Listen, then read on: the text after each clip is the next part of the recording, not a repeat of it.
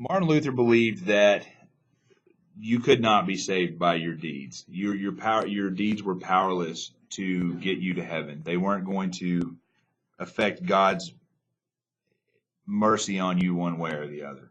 Um, he believed that you could be saved by faith alone, and that salvation from was granted by God because God is merciful. That's this whole idea of justification. What are you justified by? Are you justified by what you do, or by what you believe, by your faith? So justification can kind of be summed up pretty easy by saying this: my son is my son because he's my son.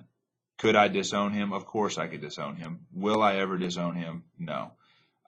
So my son is justified as my son. He's justified, Mr. Ploss's son, because I love him and I want him to stay my son. And so, with that being said, that's how Protestants believe, is that we are justified, or we are brought to be made right with God by our faith, and that's it.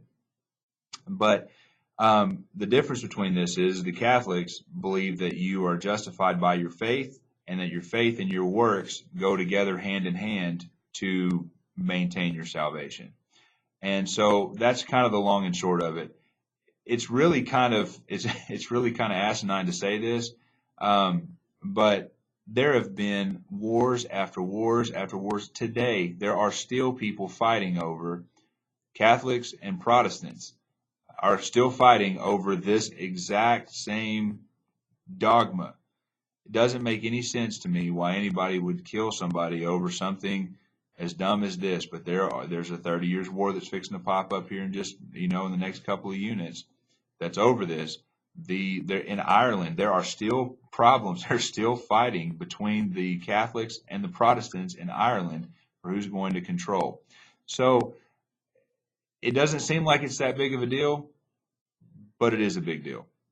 So this is where the split happens right here, is that idea of justification.